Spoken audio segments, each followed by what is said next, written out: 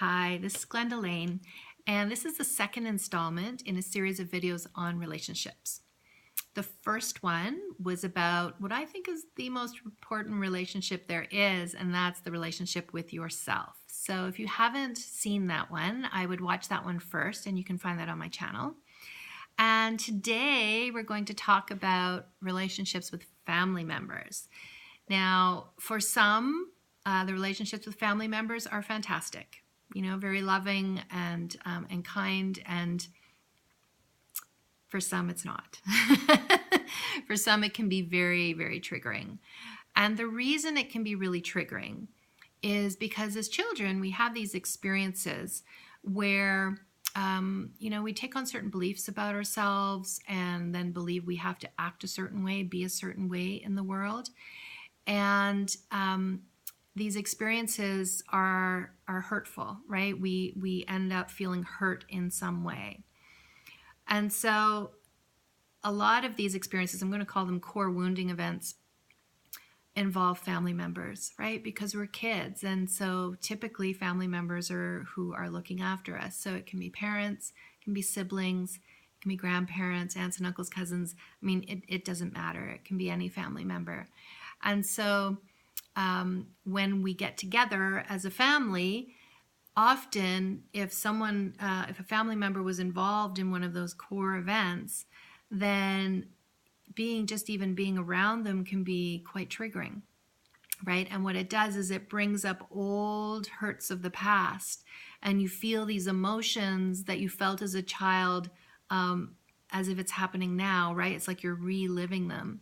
So that's why sometimes when you get triggered, it can be so over the top, right? It's like way out of proportion to what the trigger is because it's bringing up these really sort of deep hurts that occurred as a child. So let's say as a child, you weren't listened to, right? You were talked over, you were told to be quiet, your opinion, and never mind your opinion, but your instincts and intuitions didn't matter, right? They weren't important. Now as an adult, if you are with family and you're not being listened to, that can be very triggering, right? That old hurt from the past. If you, as a child, were judged, right? You were told that who you were was not okay and you needed to be this other way, then as an adult, if you were judged, especially in a family situation, is going to be quite triggering for you. Now, when I say it's going to be triggering for you, this is if there's been no awareness, if there's been no realizations around all of this, if there's been no deeper conversations with family members, then this can, explain why you are feeling so out of, just out of yourself and feeling triggered. And then another thing that I see with family members, and this is really common, is this way that we take on responsibility for another person's happiness, right? So in my case, it would be take on responsibility for my dad being happy, my brothers being happy, my husband being happy, my girls being happy, right? And I see this actually a lot in my clients who are moms. And the reason being is there's just this idea that if you're a mom, then you are responsible for your children being happy, right? And if your children aren't happy, then you're being a bad mom. And I want to say that this just is not true. It is not true. You cannot make another person feel a certain way. You just can't. Like, no one can make me feel happy. No one can make me feel angry or sad. It is an individual choice. It's my choice as to how I feel. So me trying to make someone else feel a certain way is a losing battle because it will never, it will just never happen. It will never work. And then what else happens is you get depleted, right? So it's this idea of people pleasing. And that was definitely a behavior that I engaged in a lot. And with people pleasing, what happens is you're trying to make everyone else happy. You put yourself on the back burner. You have energetically all this energy kind of going out, right? This giving energy, but there ends up being this imbalance of receiving, right? And if you're constantly putting yourself last and looking after everyone else or trying to make them happy, then this imbalance occurs and it leads to depletion. And depletion leads to resentment, right? You just resent, having to give. And so that's not a really nice place to end up in. And I know this one really well. I actually ended up with adrenal fatigue. So, it's not the people pleasing in itself. You think you're doing a good thing, but really what's happening is it's having a detrimental effect on you and your energy and your own well-being. And it's also people pleasing. Like, giving is a great thing. Don't get me wrong. I love giving, and I think that's what we're here to do, is to give of ourselves. However, if it's at the cost of your well-being, that's not okay. And most of the time, if we're giving from a place of I should, I have to, I need to, that is not true giving. That's giving to protect myself. That's giving so someone else will like me, right? What we want to be giving from is the energy of I desire to. I desire to give. Now, if you're in a depleted state, you're not going to desire to give. Believe me, you're just not, because your tank is empty. And if you do give, you're giving from the fumes that are left at the bottom of the tank. And what you're giving to people is not quality. It's like the leftovers. It's like, it's not the best of you, certainly. And so when you give, you want to give from a full tank, from this overflow, and you want to give from a place of I desire to, and then it's super, super yummy. And you've even heard on airplanes, they say, the air oxygen mask drop. I mean, whose air mask do they tell you to put on first? Yours, right? Not your child's. Don't put your child's on first. Just put yours on first, because you need to be good in order to help your child or help anyone who needs assistance, right? So really, again, just if we can keep coming back to you're responsible for your own happiness, not someone else's. Now, you may be responsible for loving them, for providing shelter and food and care. And for me as a parent, I really believe my responsibility is to help uplift the unique spirit of each of my children. And, one thing that was really trained out of us for the most part as children was to listen to our own instincts and intuition. And so one of the things that I do with my kids is I really try to foster them tuning into themselves and getting their own answers. So how I do that, if they come to me and they're asking me to tell them something or to make a decision for them. And then what I say to them is well, sweetie, how do you feel about it? What do you think is right for you? And have them tune in, and I can help guide them to their answers by asking some different questions. But instead of just like, here's what you should do, and handing it to them, really that disempowers them. Whereas if I can have them tune in and kind of see, how do they feel about it? And if they're not sure, then we can have a conversation, right? So that they can then get to the point of really knowing what is true for them. And that empowers them. And it really has them start to listen to and trust in their own instincts and intuition instead of giving their power away and deferring to someone else's wisdom, right? It's like listening to their own wisdom. And I really think that, one of the gifts that we can give people is to hand their power back to them, right? Kids are notorious for handing their power away to you, and they'll do it gladly. They'll gladly hand their power over to you. Do you know why? Because the minute they are not happy, they get to point the finger at you and blame you. So one of the greatest gifts I give my kids is I don't take it. It's like, you know what? I remind them that they're all powerful beings, that they get to choose and they get to create their own lives, and that I'm not responsible for how they feel. And I just ask them, again, I ask them, sweetie, what can you do right now to make yourself feel better? right? What is it that is going to make you feel a little more at peace with this, or a little better, or is there even anything to do, right? And so again, they're looking for me to come in and fix the thing that they're not happy with, but that is not, it's doing a disservice to them for me to do that, right?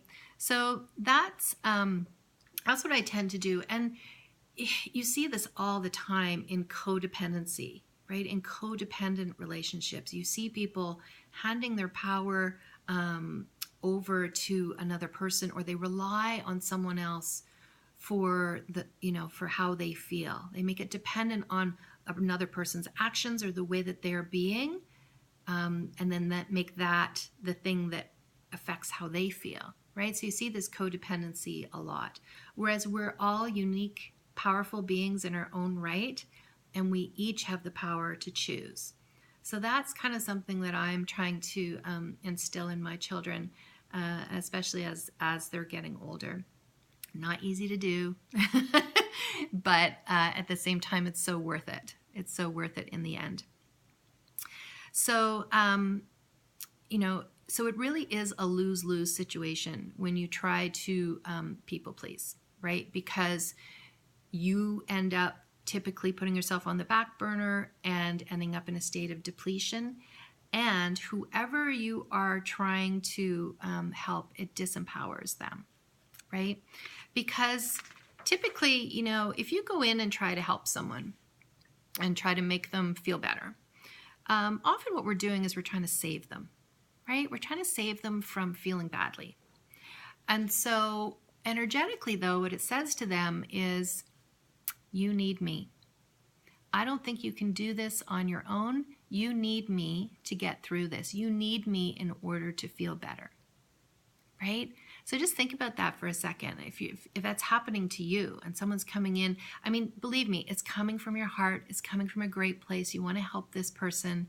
But ultimately what's happening is you are saying to them, like, I don't think you got it. I don't think you're enough. Instead of, you're an all-powerful being and you can get through anything, right? And I can still love you and support you, but it's not a jumping in and trying to save them, because it's so disempowering, right? I mean, just think about how it would feel when someone does that to you.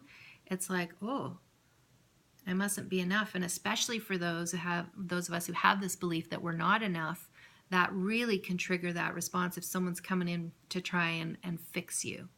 And you don't need fixing. You're not broken, right? So even though it's coming from a great place, it's not serving you and it's not serving your family member. So what do you do instead, right? So, instead of having this codependency and instead of people pleasing, one of the best ways to counteract this is by setting healthy boundaries. Now, boundaries can have a real negative connotation, like they're harsh and they cause separation. And it really depends on the energy, that's kind of underneath setting the boundaries. So if the energy is of one of protection, I'm trying to protect myself and I'm putting up a boundary, it's like keeping people out, then yeah, that's not so great. However, if it's coming from a place of I am being true to myself, then that's okay. It's not about protection. It's just about, it's about really communicating to another what you're okay with, what you're not okay with, right? What you're willing to tolerate and what you're not willing to tolerate. And I know for me, when I first started setting boundaries, it wasn't pretty, right? It wasn't, because I had no boundaries for a long, long time, or very little. And so when I first started, I didn't know what to do. I really didn't know how do you do this boundary setting? And so I would put a boundary in place, and I would, I would basically and if anyone crossed that boundary, I would lose it, right? I would get so angry. And I don't know where I heard this from, but I just love this. Anger is a result of either a boundary not being in place or a boundary being crossed or not being upheld, right? So just think of that for a second. And yeah, a lot of times when anger comes up in me, it is because of boundaries being crossed, or it is because I haven't even put one in place. I haven't communicated, right? So I wasn't good at it at all, and it was kind of harsh, and it was crunchy, and it was like, "Argh." And then I went, that's not working very well, right? And then I realized, you know what? I can put a boundary in place, but I don't have to close my heart off. It doesn't have to be harsh. I can have, keep my heart open, but still be firm, and really hold that boundary in place. And understand this, if you are someone who doesn't have boundaries, basically you have trained the people in your life to treat you a certain way, right? To treat you as if you don't have boundaries. And so when we then decide, you know what, I'm going to start putting some healthy boundaries in place for my own well-being, then the people in your life, it's like they have to be retrained how to treat you. Because up until this point, they have this expectation that you don't have boundaries in place, so they're going to keep treating you that way. So when you then put a boundary in place, they're not going to necessarily like it, and there's going to be a bit of a transition period for them to go through. So it's really about having a lot of grace and compassion for the people in your life as they kind of adjust to this kind of unknown way that you're being, and then also for yourself, because when you if you go from people pleasing to having boundaries in place, that is the unknown for you, and it can feel really uncomfortable. And also because, people pleasing was a way that you protected yourself. When you're not doing that anymore, it can feel like a little bit scary. And it can also bring up these beliefs of not enoughness, right? Because that's maybe one of the reasons why you started people pleasing in the first place, right? So just know that there's probably discomfort for you. There's discomfort for the people in your life, and that there's going to be a little bit of a grace period, a transition period. And just as long as you stay firm and you just allow them to feel how they're feeling, it will then become your new norm eventually, right? Just over time. But again, lots of grace for you and the people in your life. And I really believe that setting boundaries is one of the healthy boundaries, is one of the greatest acts of self-love that there is, right? Because it's you saying, I'm not willing to get depleted. I'm not willing to put myself on the back burner all the time anymore. I'm not willing to feel like crap, right? So it actually is a very loving thing to do for yourself. Now people then say to me, well, isn't it kind of selfish? And I get it, but I use the word self-full. It's like, no, this is about filling your tank. This is not about you being selfish. And actually, you having healthy boundaries in place also helps the people in your life. So, and I hear this explained a lot in reference to kids, but it's with everyone. Boundaries provide safety for people, right? So if I communicate clearly and with an open heart of, here's what I'm going to tolerate, here's what I'm not going to tolerate, then the other person knows, right? They've been told, they know that, okay, here's the line, right? And it gives them a sense of security. It's like kids, right? If they were just left to run amok all the time with no boundaries, there's nothing that kind of gives them that sense of security. Whereas if there's boundaries, they know. It's like, okay, I can push this far, and any more than that, that's not going to be okay, right? There's going to be consequences to that. So it kind of gives them almost a bit of a container within to operate, right? That's providing them some safety. And I would say the same thing for adults, right? So if I say to you, again, communicate to you, here's where I draw the line, then you know that, okay, this is where Glenda draws the line. I know where I'm good up to and where I'm not. And it's kind of like you get what you see, right? Whereas if I'm really wishy-washy about my boundaries and you're like, sometimes Glenda says yes about this, but sometimes Glenda says no about this, I'm going to try, I'm just going to try my chances here. I'm going to keep pushing, right, to see what is going to be today. Whereas if I, hold the boundary firmly and say no consistently, then people know, and then they'll kind of stop asking over time. So it really does provide safety for the people in your life. And then it also is a very loving thing to do for yourself. So I hope that is helpful in navigating, relationships with family members, and just that you have some takeaways, that you're not responsible for another person's happiness, right? You're only responsible for your own, because you can't make another person feel a particular way. That healthy boundaries actually is loving for you and loving for the people in your life, right? It provides them safety. And at the end of the day, we want to be in relationship with people without all these protections all over, that we have up. We want to be able to connect heart to heart. I mean, that's where the most amazing relationships exist. Not ego to ego, which is all about protection, right? It's like doing this. So if we can drop down into our hearts, have understanding and compassion for ourselves, and understanding and compassion for our family members, then the relationships that we can have there will be far more loving and harmonious. So that's it for today's video. Tune into the next one. The next one's going to be on relationships with your significant other, your partner.